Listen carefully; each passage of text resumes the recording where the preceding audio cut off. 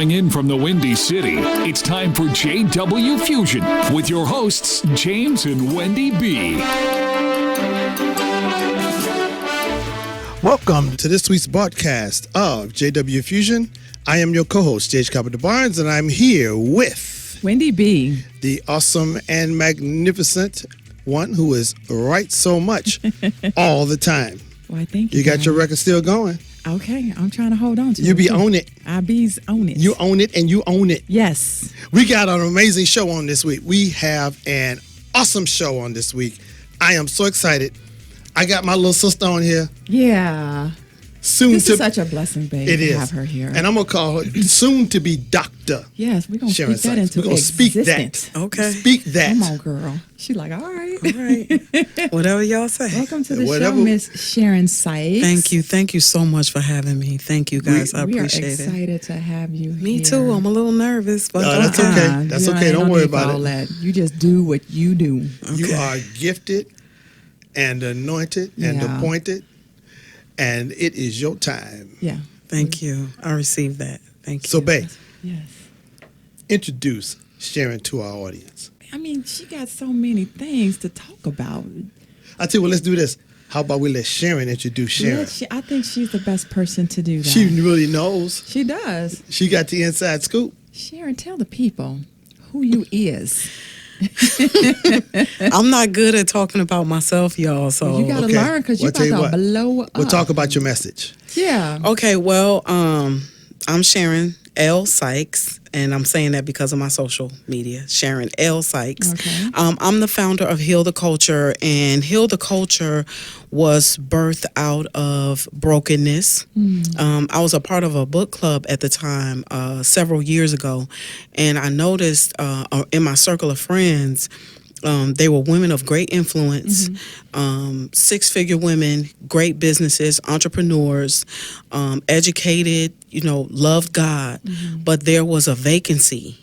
And the vacancy was the ability to hold on and maintain relationships. Okay. And so we're dealing with that whole alpha woman thing and how to balance it with wisdom and understanding, and how not to use it to overpower, to manipulate, to dominate, to control our relationships.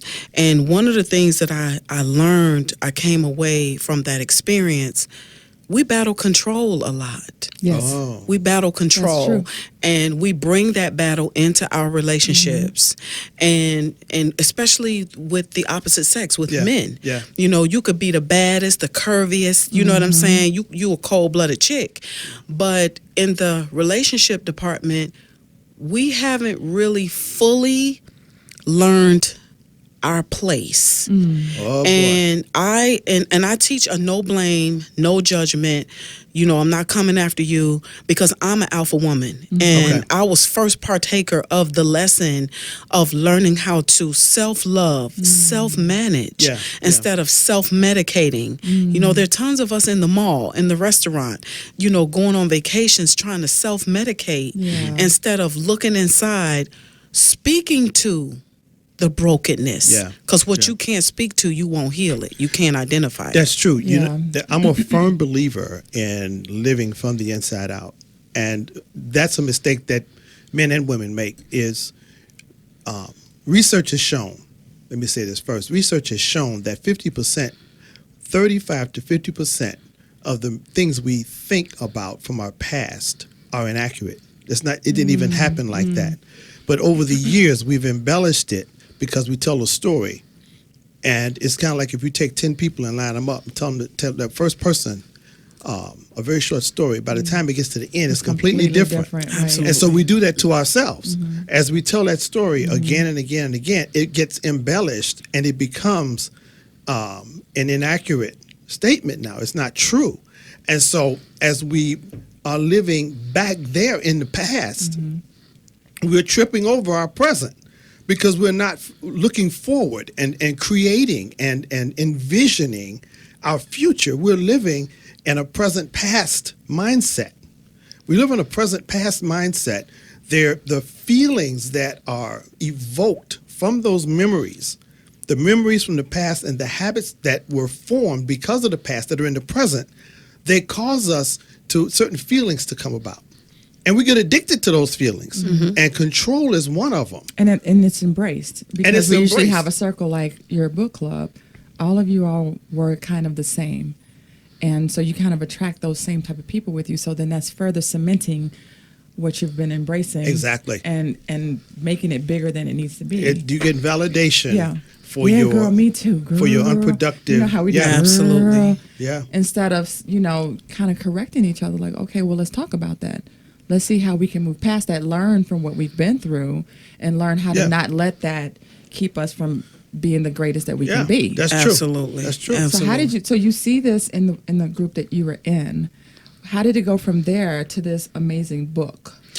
And healing yourself at that point. Absolutely. Like, because you began with you first. I started to look inside and had so many wow. You know what I'm saying?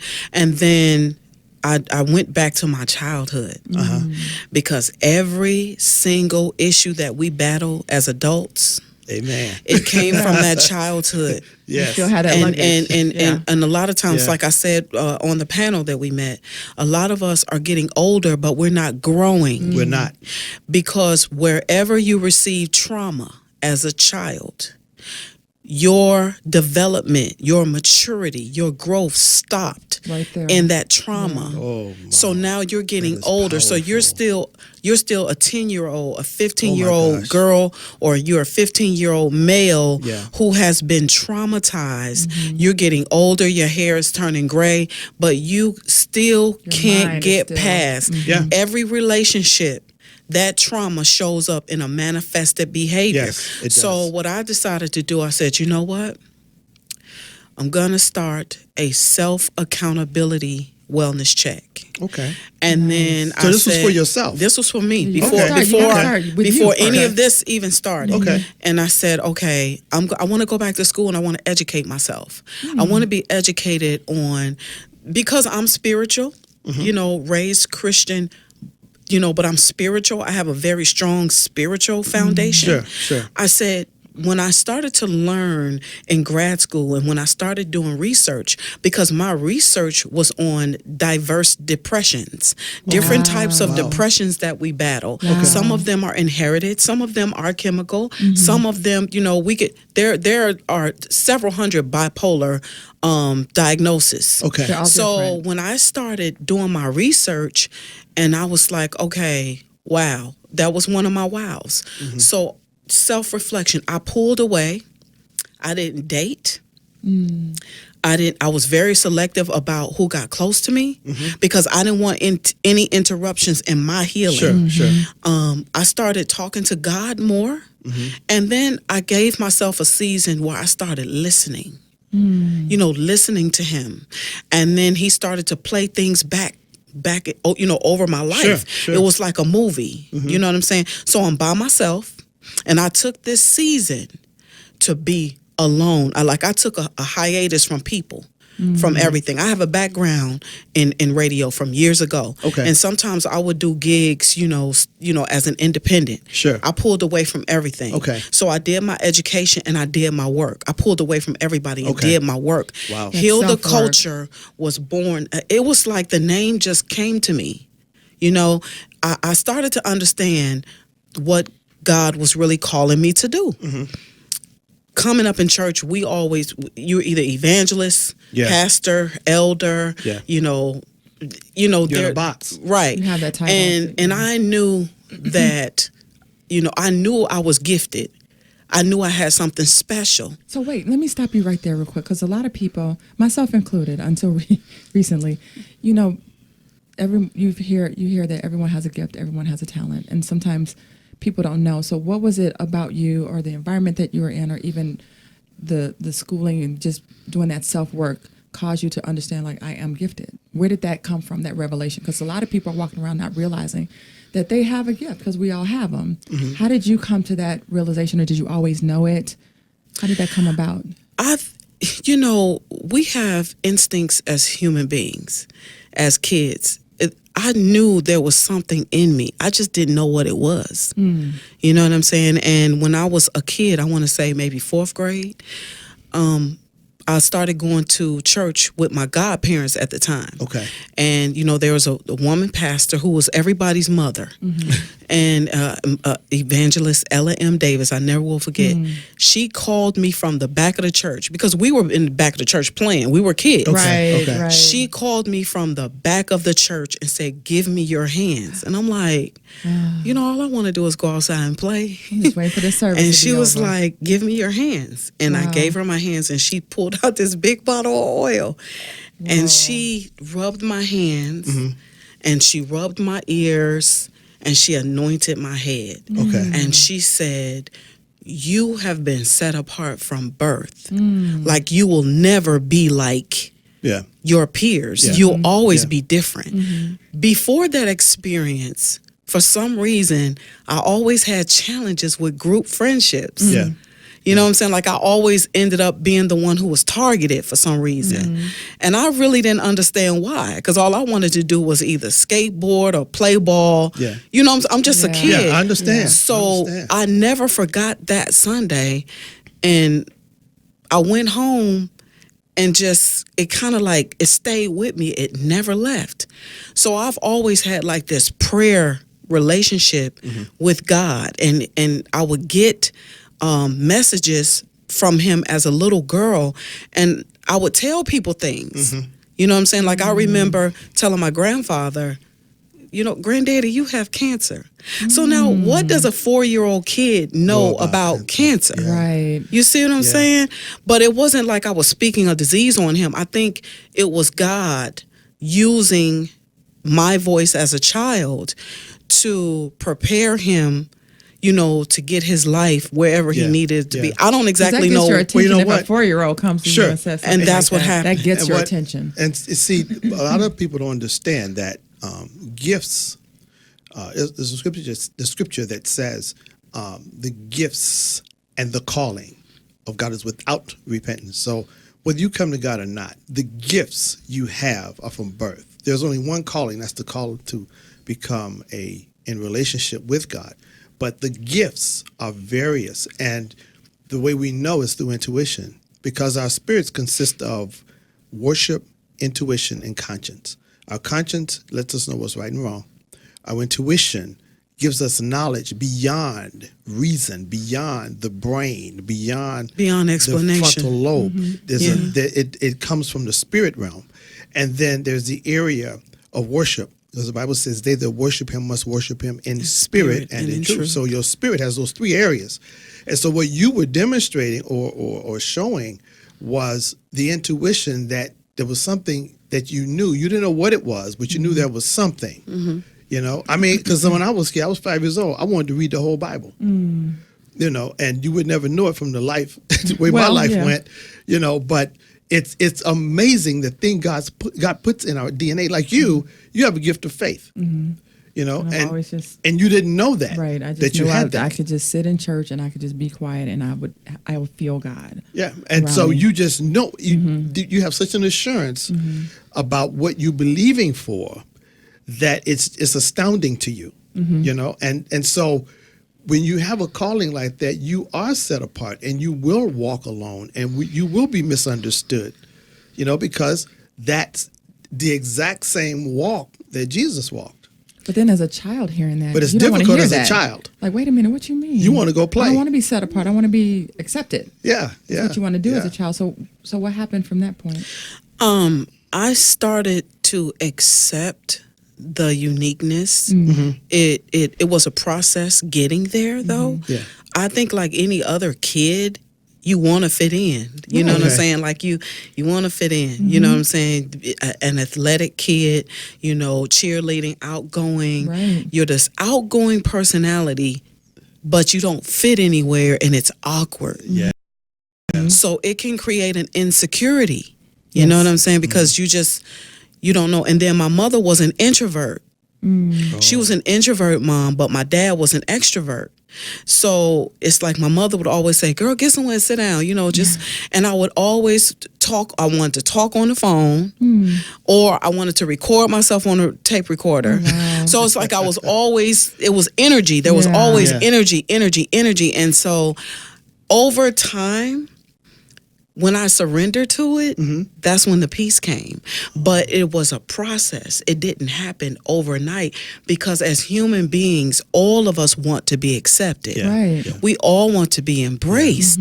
And I didn't really understand it. I just knew I wasn't really liked. And when I tried to find out, okay, I got to the point where I would just ask, what have I done to you? So whatever you tell me that I did, we're going to fix it right now. Okay. But it was like nobody could tell me Yeah. Because what you I hadn't done did. anything. Yeah. Right. So it's like, okay, so we're just gonna move forward with this energy. So finally, in recent years, I made a decision to create a beautiful world for myself. So I started loving myself, and I started affirming myself. And then Heal the Culture was born, and the messages that I would get. I have like a easy 5 or 7 books in my head right now, sitting here. Yeah. And when I start writing, more will come. Right. Sure. Exactly. You know what I'm saying? Yeah. So unsisterly love, incubated jealousy came from that isolated place, feeling isolated. You know what I'm saying? Like having people to just not like you without a cause. Yeah. Where when I started studying the leaders in the Bible, Sure. the major prophets in the Bible, every last one of them was misunderstood. Because I talk about the frequency. If your frequency is up here, Yeah. and then most of the people you deal with are here, they're not going to see it Yeah. from where you see it, Yeah. Right. because God has you in a different position Yeah. so that he can communicate with you on an intimate level, and then you process it, and then you break it down to them to their level. Yes. Yeah, you know Doesn't what? make you better. It Yeah. just means that you're in a different place. Right. Well, the reason for that is Albert Einstein said you cannot solve level 1 problems with level 1 thinking. And what he meant by that was we have different levels within us. We have some people call it energy centers within us, and each one is at a different level. But most people live in the lower 3, which is below the heart. There's the area, the sexuality, then there's appetites, and then there's the area of accomplishment. And those 3 areas are the 3 areas most people live in. One is work, one is eating and sleeping, and the other one is pleasure. But we don't go above that with the area of heart, the area of what we speak, the area of what we think, and the area of what we know. And what God did with you, because you were isolated, he was able to shape you where your consciousness is in the higher realm. You're on another dimension from the people who are in the lower 3 levels, so you can reach to them because you can see. They can't. If you're in the basement, if you're on the 3rd floor and you need to be on the 6th floor, you can't see what's going on the 6th floor. Exactly. Right. You can't. So you need someone to guide you to the 6th floor, and then when you get there, it's uncomfortable Oh, it is. because Right. that old you is going to say, "But I don't want to do this. I want to go back You're to." coming outside of your own box. I your want to own go back. comfort I zone. want a boyfriend. I want a girlfriend. I want to go party.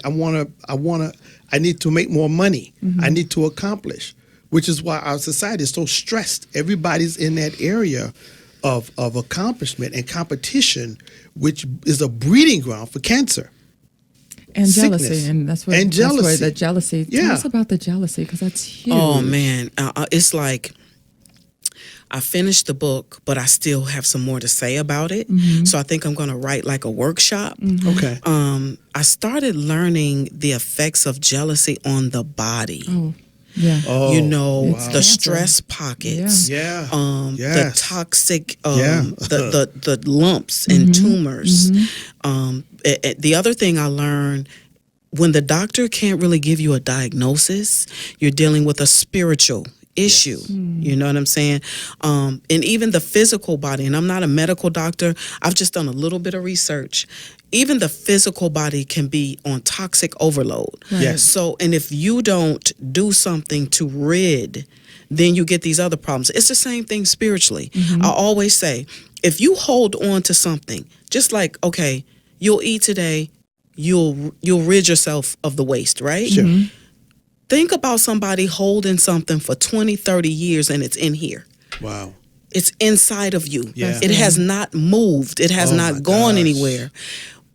The level of brokenness, Oh my gosh. the depression, the anger, Yeah. the bitterness, it has not left. So now it starts to manifest. And there's phases to the manifestation of the unforgiveness, the bitterness, the hate, the jealousy.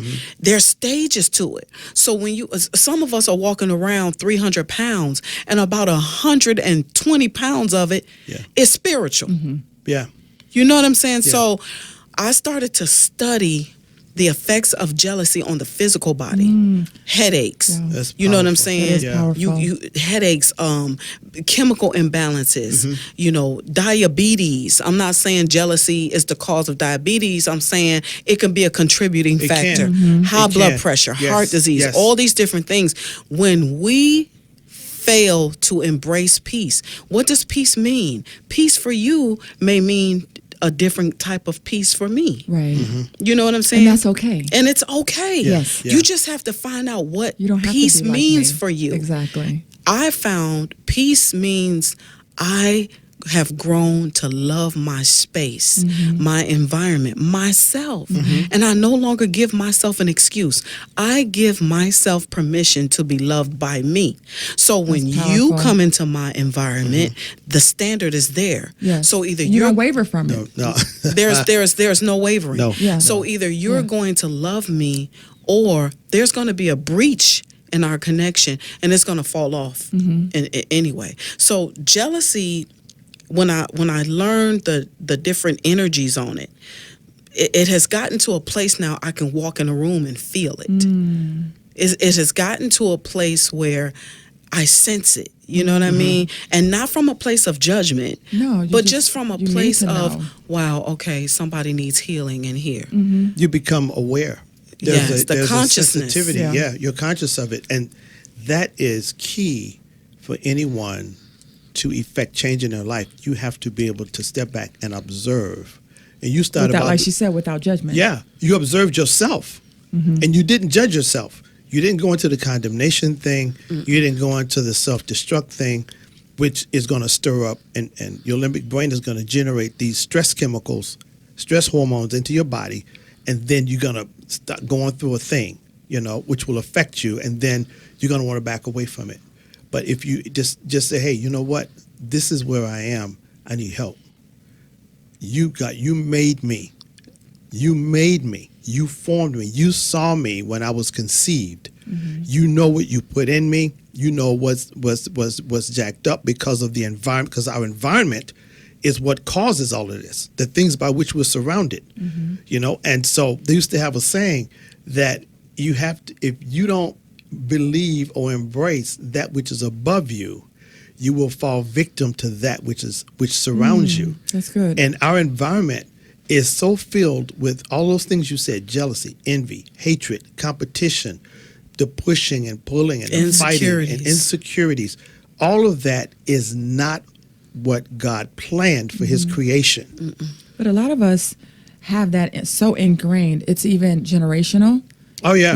Because I know Yes. in the environment I grew up with, you have to go get that money. So that's the form of competition. Yeah. You have to go get that money. Jealousy, which I've never really understood. So when I feel it, I still don't know what to do with it. Because a lot of times, like you said, you have to ask for help. But some people don't know to ask for help. They've been so ingrained in that, like, she thinks she all that. Look at her. Okay, so why don't you look at yourself? And it's okay for her to think she's all that, because she should. And I think you should think the same about yourself. But we're so programmed as a society to judge another person when we're not perfect. No. So how does a person who's listening, who may, nothing's going right, people are always against me, how do they start from the very beginning with that healing, that self-healing for themselves? Heal the Culture, one of my first conference calls I did, nobody wanted to talk. Like the line was silent. Yeah. It was awkward. Yeah. Every black child ever born, or every African American child, you heard your grandmother, your aunt, or your mother say, don't you take this business out of our Outside house. Yes. Yes. Yeah. Our business In at this home. house, yes. Oh my God. Let me tell you Yeah. what that taught us. That taught us to not value our voice. It taught you how not to communicate. It taught you not to talk. Okay? When I spoke to that, I said, so ladies, so we're just going to sit on the phone, and obviously everybody called in because They want to hear somebody else. we and got what some she gonna struggles. say. Yeah. And some of y'all probably called in to spectate as a spectator sport. And so if you're spectating, you're participating in the brokenness. And the problem. Right. Yeah. So if you're not here for a solution, then why are we can't just sit and hold the phone. And everyone on here has been told, don't you take this business out of this house. That's when the ice broke. Yeah. And the first lady started talking, and she started talking You about just needed that one person. that to one start. person. Yeah. She started talking about her childhood abuse and all of the things that happened to her as a little girl. Now, here's the other thing. So if you are trained subconsciously to not talk, and you got all this stuff going on in your house as a child, and your mother, your father, your granny, whoever told you, keep your mouth closed. Yeah. Yeah. Why do you think we still have victims? People saying, well, why she wait 20 years to say? Or why she Yeah. wait 30 years? Because we are trained, especially as women, Yes. especially as African American women. Yeah. We don't trust each other. Yes. We are trained to be quiet. We are slow to trust, but we're quick to accuse and Yes. we're quick to gossip. Yeah. Yes. So that's why I said, let me start speaking to this from a loving place. That's Because huge. it's That's so easy huge. for us to accuse. Well, girl, what you say? You know, we get the negro, because I get it all the time in the email. Yeah. Sharon, you know what I'm saying? Yeah. You know, Here we go. mad. And I'm like, okay, I get it. Because the reason why you're offended is because what I'm saying to you, your spirit is resonating. Yeah. So you know I'm speaking hitting a button. truth. Yeah. And you're not. And then some women are like, sis, wow. Yeah. Yeah. No one Yeah. talks like that No, and it takes No one. courage. from a place of love. It takes which a is lot of important. courage, and it takes love because, well, first of all, it takes courage to speak to someone in love. But you It's- have to love yourself first before you Oh can yeah, find that you gotta courage. you have to have that assurance. You have Yeah. to have that boldness. Yeah. But If you don't love it's- yourself, you can't do It's that. speaking the truth in love, and that's the only way you can reach a person. Mm-hmm. If With love and kindness have I drawn. With love and Yeah. kindness have I drawn thee. And what's really interesting, I'm glad you said that, because a lot of people don't know that our makeup is electromagnetic. Our minds generate electrical current. Yep. Sharon and I were talking, the other Sharon, your sassy sister. Sharon Ellis, yeah. Sharon Ellis was talking about this, how the We got brain. some pretty cool Sharons. I Yeah, have we to do. admit. Yeah, that the brain generates electrical current and the heart generates magnetic current. So when I realized that, when I saw that from the research I was reading, the heart draws. It's by nature magnetic, and so when you invoke that, when you put a charge to that, people will be drawn when it's real love, when it's genuine. You know, when it's genuine, people are going to open up. They're going to start to explain and share, and then the healing can begin. Yeah, because like you said, one person started talking and the dam broke. When I tell you it broke, tears. Yeah. Like all you can hear Healing tears. like all Yeah. you Needed could to happen. hear Needed to on get an that out. audio, on a conference call, Yeah. tears broke. But see, here's the other thing too, and you're right about that magnetic piece, and I'm gonna tell you how I learned it. I went to a biochemistry lab, Okay. and I started getting these Hold a minute. Hold your Okay. thought. Okay. Hold We got that. a We went to the commercial sneaking in. biochemistry lab. We've got we're at the bottom of the hour, and we have a commercial spot coming up. But we have an amazing guest with an awesome conversation going. Yeah. With soon to be Hopefully Dr. to start conversations at your home. Yes. Yeah. Soon to be Dr. Doctor. Sharon Sykes. Yeah. We're going to be right back after this commercial message, and we're going to pick up right where we left off here at Jwfuzion here in Chicago land. We'll be right back. This book is the story of Jameson Harold Donovan, who lives in the city of Sussex Falls. Feeling trapped in his dysfunctional marriage to his wife and a stranger to his own children. Thoughts of suicide dominate his waking hours. Jameson discovers he was selected before birth by the Almighty to receive quasi-angelic abilities. Between the ticks of the clock.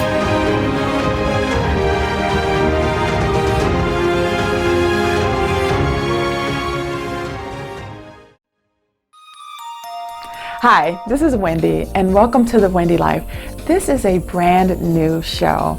We are celebrating some unsung champions in our community, the disabled community. I have been a mom of disabled children for 21 years, and I look to bring light to this community. We are going to talk to and celebrate therapists, teachers, doctors in this community. We're going to talk to the special needs community themselves. People who are rocking out this life despite their disability, showing us how to live our best lives no matter what life throws at us. You can find us on the Ultimate Faith TV network, which is on your Roku streaming box, or Road to Eternity on YouTube. That's Road, the number 2, and Eternity. The Wendy Life. New episodes every second and fourth Friday on the Road to Eternity channel. You're listening to Jwfuzion with your hosts, James and Wendy B. And we're back with Jwfuzion. And Sharon Sykes. And Sharon Sykes. Yeah. I'm sorry. We didn't say that right, babe. I'm sorry, doctor. Soon to be Dr. Yes. Sharon Sykes. We're speaking that thing. Yeah. We're calling that Why thing not? that soon to be will Yes. be. Hey, Will right. be. Hey, We're going right. to speak that. So listen, you went to the biochemical lab. Okay, I went to this biochemistry lab, and this is what I learned. What you're saying about the electrolytes and electricity, let me tell you what she taught me in the lab. She said, everybody who's low on energy, they have low electrical current in the body. That we are creatures who carry energy. Yeah. Okay? Yeah. So she says, if you want your energy to increase, I can let you sit in this room for 15 minutes. And there's like this, not really a super big machine, but it's a big electric machine that puts energy in your body. Wow. Okay? She pulled a fluorescent bulb, unplugged. She put it in front of this machine, and it lit the bulb. Okay? So when I started getting these foot baths, and it's a foot bath that pulls all of the metals out of your body, Yeah. right? All of the impurities, like if you take vitamins, if you take any type of meds, it pulls it out. It cleans the liver off, cleans your kidney, cleans your bladder, cleans everything off. You start off with clear water, And it's you end black, up, it's right? black, Yeah. brown, Yeah. orange, or whatever. Sure. So I do that maybe like twice a month. And then she says, sit in this room for 15 minutes and you just sit there. And the machine is charging your body. Like you're getting a shot Yeah. of electronic Yeah. B12. Yeah. You're getting a shot. And then you leave there. I felt like I was floating. Wow. Yeah. Like seriously. Yeah. I had so when we speak about energy, we are definitely energy creatures. We are energy. So Yes. the other thing that I learned about being in a low place, being at a low frequency, you're heavy. Yes. You have a heavy weight You feel on that you. weight. Yes. Yes. So the weight is, some of it could be if you don't have a healthy diet, which a lot of us don't. You are putting on weight, not just pounds, but you're weighing your body down. You are encouraging a low frequency. I notice people who eat clean, It's their different. frequency It's totally is different. higher. It is. It is. So it's so many components to the lifestyle Yeah. that we don't tap in, and we are eager to feed our flesh. Mm-hmm. We are eager to feed our ego, Yeah. which is another part. Yes, That's those big. the low. That's a really big one. The 3 lower energy centers: sexual, appetites, accomplishment, Mm-hmm. doing things. Those 3 areas is where most people live, and it's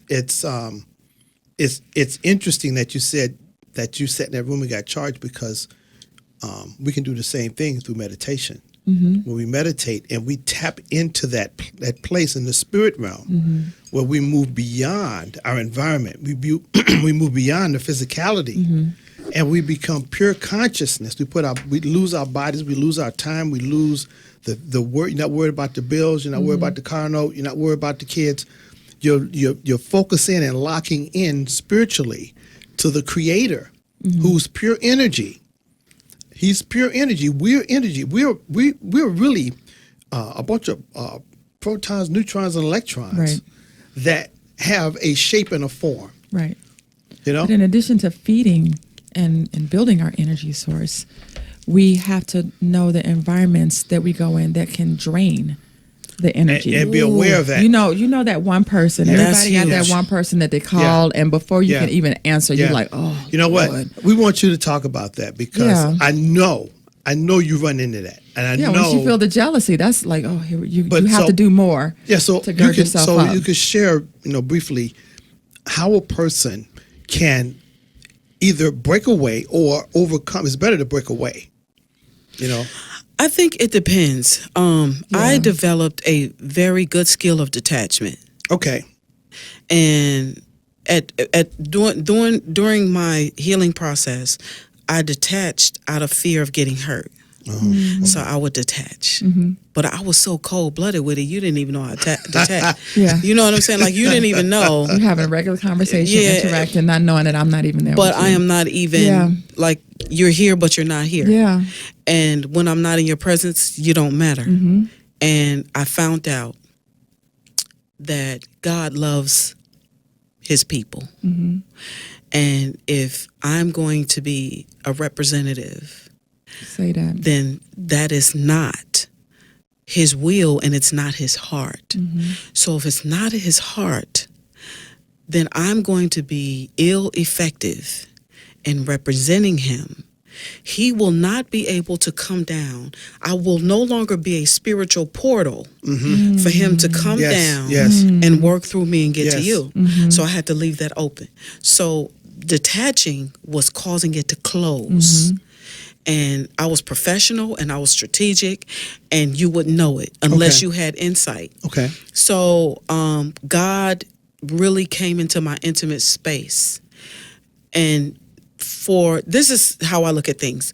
For God to talk to you, God has choices. He has galaxies. Yeah. He has planets that are still being developed. Yeah. So for him to engage you, that is powerful. That is phenomenal. So huge, yeah. and it brought me to Yeah. such a humble place, and I said, "Wow, okay, I get what you're saying. I can no longer detach from a place of closing off. Okay. So now, I detach in a healthy way, but I leave it open so that if God wants to choose my existence to work through me to bless you Yeah. or to give you life, I'm available for that. You know what I'm saying? So it helped me to get over my brokenness, and it helped me to get over my offense. And someone on the panel spoke about offenses. Yeah, How being offended blocks you It does. from receiving, because it is the same deception. You know, I'm not going to deal with nobody. I ain't got time to deal with a girl who over there, because whoever over there ain't well, it's like if A whole lot of people just nod like, yeah, you know what I'm saying? Well, girl, I ain't coming. Y'all catch me on the next one. Yes. But see, here's the thing. I've come to this place, as uncomfortable as it is, because you know you're already walking into resistance. I've come to this place of growth and peace and knowing that God is with me. All the time. And everywhere you go. It's okay if you resistant, because your resistance is nothing but pain. Yeah. So I no longer take it personally. You know what I'm saying? That's big. That's growth. Yeah, I That's no growth. longer, because you're not mad at me. You don't even know me. Yeah. Yeah. So I can't take it. But at the same time, God is he's such a reality to me. Yeah. His voice, his presence, how he feels. You know what I'm saying? Like, that matters. Yeah. So if God really matters to me on the level that I say he matters, how can I hate you? How can I resent you? Right. That's big. When I may be the only form of light that you will experience coming from the universe, because everything else has shut it out. Okay?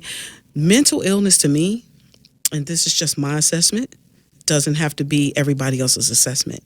Mental illness to me are so many different foreign spirits, foreign energies that have set up house, and it has altered the existence of one.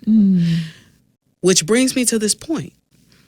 I get concerned with our community activism and our churches and our other political groups. Why don't we deal with it? Because our leaders are battling it privately. Oh, yeah. But they got to come out like they got it all together. Or your teacher or your professor or your best friend could be battling, but we are trained to perform, which brings me to this last point. I don't perform anymore. Okay. I stopped performing. You know what it is? That's big. It goes all the way back to what you said at the beginning. We don't talk about what goes on in the house. It's Yeah. the same thing. And that bleeds into other aspects of our lives. I mean, you dying. yeah. You dying up in there, but you're not going to say anything. You're not willing to open up, and you won't even admit it to yourself. You know, at least admit it to yourself that you have issues that you're dealing with. But then some people don't know how to admit it to themselves because they're surrounded by all the same kind of people. So that makes it normal. Okay. We're We all trained to miserable. perform. We're trained to perform. We're all Yeah. sick, but we're all together, so you don't see that there's a problem with that. And we train each other to do it. Yes. We train each other to from Wow. perform. childhood. That's wow. Yeah. I mean, for me, I was sexually abused as a child. And like you said, I didn't say nothing to no one, not one person, until I was 18. Look at that. So you held that I for held 18 that. years. Yeah. Still going around the people Kicking who it. caused it with the performing. Like, let me act normal, you know. Like, I'm freaking out inside, but I got to present this strong front because I'm not supposed to talk about this. And that's the Man. problem still today. That's why It it's is. still It happening. You know, they're making this Me Too movement like it's something brand new. It's not. It's not. It's just always, that a couple people are starting to talk about it, but it's still something that's kept a secret. It was institutionalized. I mean, because you're hearing it. We kind of sad to say people expect it from the entertainment industry, Yeah. but you do But it's- not expect it in the religious world. Yeah, but it's everywhere. But it's there, and Yeah. which means, I don't care what title you got, you're human, and if you're human, if you're not connected to the source of life, if you're not connected to the source of life, then that means you're spiritually dead. If you're spiritually dead, your energy is so low, you're functioning with your own energy, not the energy that is in the universe that God Which is so created much for more us. powerful. Because there's a matrix of energy that holds everything together. It's fitly framed together. That's what the Word of God says. And we understand through faith that by the Word of God was the world's framed. The ages were framed. The cosmoses were framed or shaped or put together by His Word. So that's a spiritual thing. And so there's energy. They found out that between planets and stars, like you were saying, there's still celestial bodies being formed. Being formed. Well, scientists have discovered that what they thought was empty space between, say, Mars and Earth is an empty space. It's energy. Yeah. And that energy is the omnipotent creator. So he is in everything. He feels everything. But when you're separated from him, you're dead.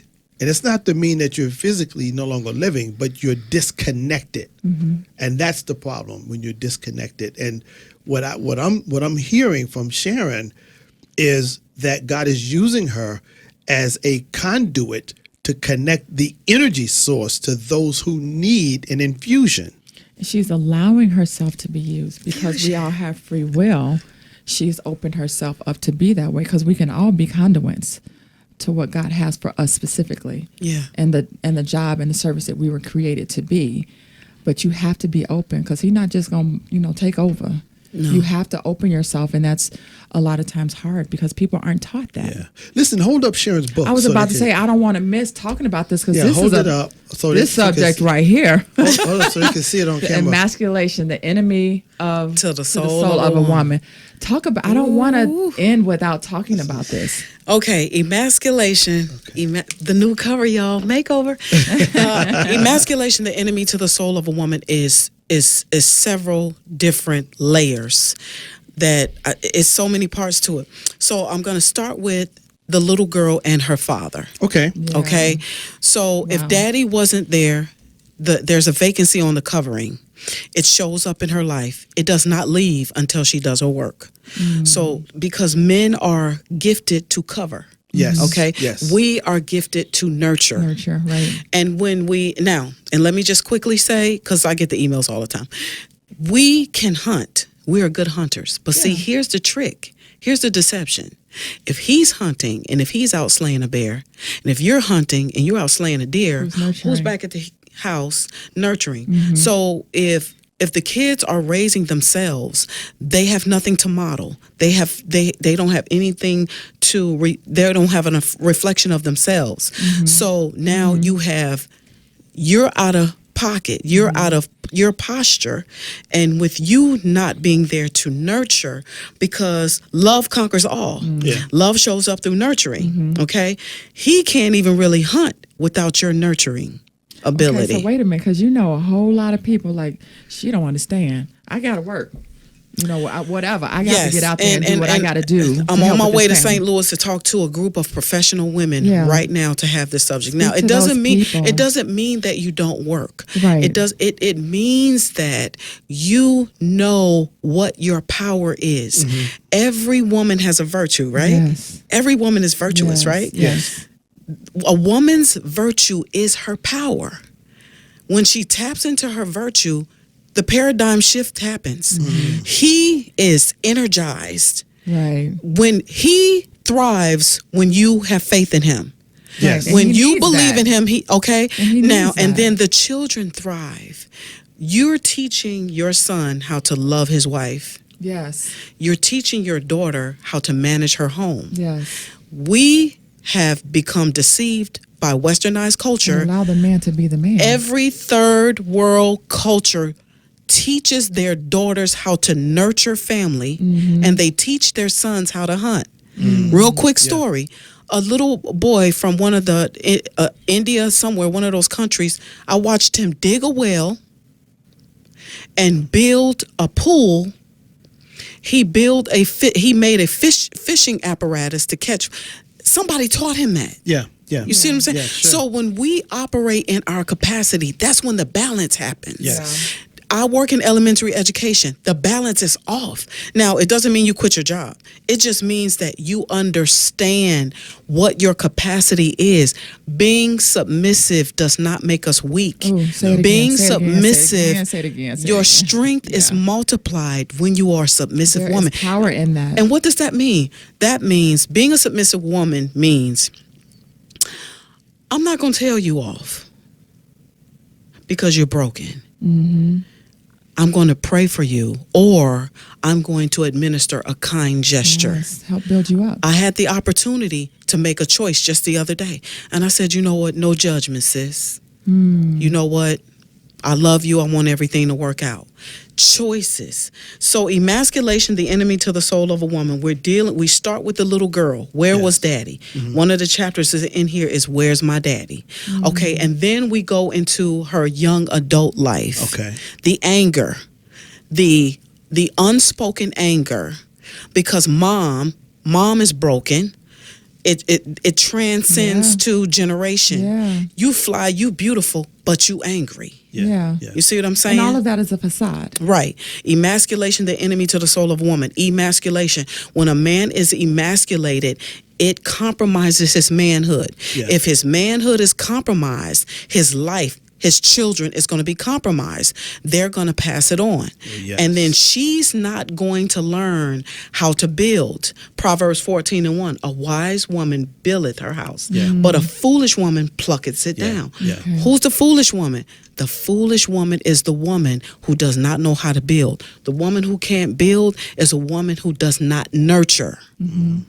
You see what I'm saying? That's interesting. That's powerful. That is. Because the piece you mentioned about anger, about the person being angry, that really is that's their solution. That's where they hide.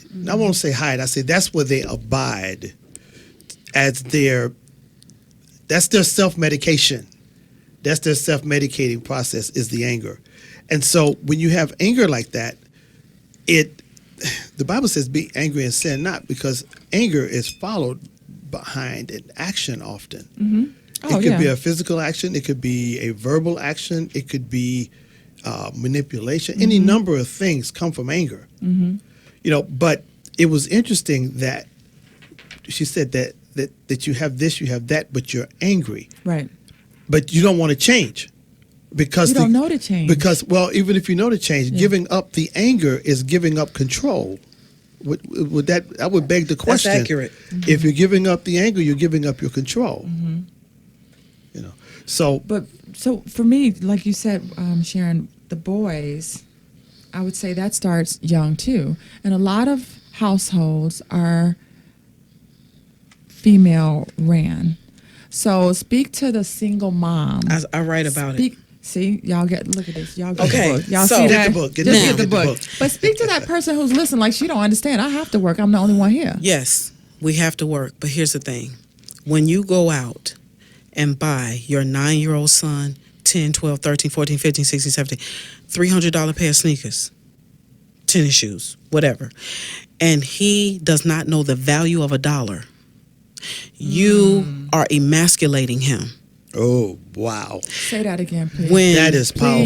Please. Oh my gosh. When we go out and shop out of guilt, because you feel bad because I didn't spend time with little Jimmy, I Yeah. didn't spend time with little Johnny. So hey, what do you want? What do you Yeah. want, buddy? Yeah. And he says, well, Mom, they got the new Air Jordans out, and I use the Jordans because the kids love Jordans. Yeah. And well, where are they? Well, we got to ride up to Wisconsin to that mall to get them, and they have a limited supply. Well, how much are they, honey? They're like $350. Okay, let's go. Right. Because you Still want to have see the him light jump bill, up the and gas down. bill. Yeah. But what you're teaching him is this. He's going to grow up and he's going to want his woman, his wife, his fiance. He's going to expect the same performance. Oh my gosh. So now That's the woman powerful. becomes slave driven in materialistic desire Yeah. to please her man, because he has this appetite from a little boy of being materialistic. So he measures materialistic behavior by your love, because he was never nurtured. Right. He was never nurtured. So- he was never Or he doesn't know how to show love himself. Like, I just bought you all this performance stuff. based. I'm buying you all this things stuff. What's the problem? become his love language, basically. Yes. Things material. He 'Cause measures what his child is going to love. say, no, I don't want the Jordans, or no, I don't want the G.I. Joe with the Kung Fu grip? Yeah. The Children are kid, going to want that. the kid whose mother has taught him the value of $1. The kid whose mother says, "I'll go and pay $60 for a lawnmower. You go out there and get you some clients Yes. Empower And him make to you do that. $350 and start a Yeah. business. That's what you want. There you and go. Let me show you. Go Like, shovel some snow. Go to Walmart and buy him a shovel And and let him That shovel is- snow. That's good. He should that know how to do that. is what my mother did to me. I had a job. I grew up in the 60s, 70s, you know. We used to go to 63rd and Halsted to a place called RB's, Smoky Joe's on 63rd and Halsted. Uh-oh. All right. Well, down there, they had these silk and mohair pants. There you go with the And a silk mohair sweater. pants, Lord. Oh my gosh, And 1969. you had to have Picture them, that. right? Yeah. Oh my, bell bottoms were at that. Jesus. All right. Makes So it better, huh? my mother said, I'm not paying that kind of money. So I had to go get me a job. I got a job.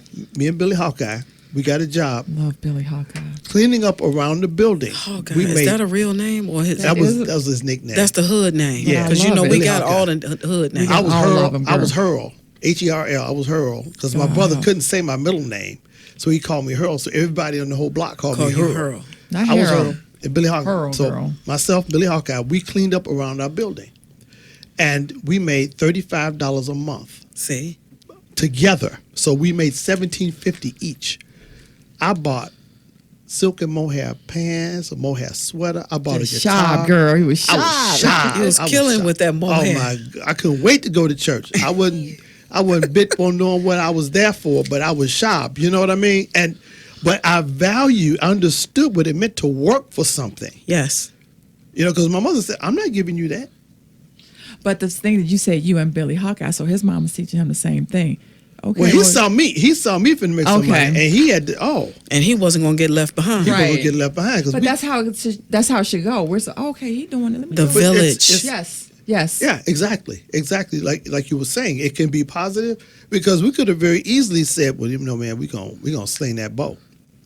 You know, we're gonna Yes. start selling that bow. Yeah. Because everybody Baby, around. tell the people what that is. Everybody don't know Oh, what that okay.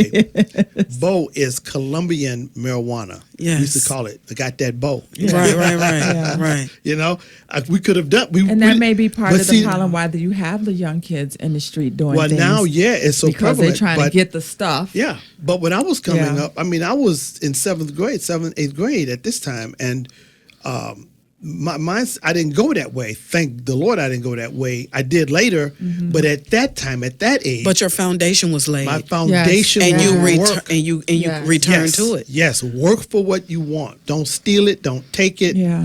Don't manipulate somebody else out of theirs. Right. Go get your own. You know, that's what I learned from that. And that's Yeah. not, my mother didn't beat me over the head with it. Going out there doing it taught me the lesson. See? And Experience that's what it's supposed to do. experience was the lesson. She Yeah. didn't beat you over the head, but what she did was she nurtured you into the awareness Yes, of yes. what you needed to do. Yes. Now, Yes. if she was never around and you never saw her, you probably would have gotten it, but it would have been compromised. You know what I'm saying? Yeah. And you probably wouldn't be sitting here trying to reach souls today. No. You would probably be in a very different place. I would be But in it a was very that different place, nurturing yeah. piece, that unspoken nurturing piece that Yeah. held you accountable. Because it was the same way with me. You know, after cheerleading practice, you need to go sling some burgers at Wendy's. You need to go to the grocery store. You need to do something, work a job. And I've been working ever since. There's something about a work ethic that, because what was the first thing after God created man? Some people don't believe in it. I do. He put Adam in. He gave Adam a job. Not job. Put him to work. Yeah. Because work and job is different. Yes. Work brings out your talent. A job is drudgery, and you It's work just over broke, It's for someone is what we else. call it. But when you're working, it's rewarding for you. It brings out your gifting. You know. So he put Adam to work in the garden. Put him to work. God could have very easily had angels doing it. He put him to work. Tend to that garden. Take care of that. Because it's in us. And I know when I was a kid, I watched my stepfather, because my father felt he was too smart to work for anybody. You know, I mean, I had that conversation. He felt he was too smart to work for anybody. But my stepfather was a very hardworking guy. I used to watch him just digging, because they had a huge, like an acre or two in Chicago Heights. Wow. And I used to watch him dig in the dirt, and how his fervor in his physical work. I watched that, and I copied it subconsciously. I recorded him, and when I got my first job, I was in college. I got my first job. Man, where did that come from? We ran out of time. Oh my gosh. Sharon. It Sharon. means that you have to come back. Oh my gosh. Listen. We have to have you. There's so much more to speak to. Yeah. I about would be your glad to message. come back. We Listen. have to have you back.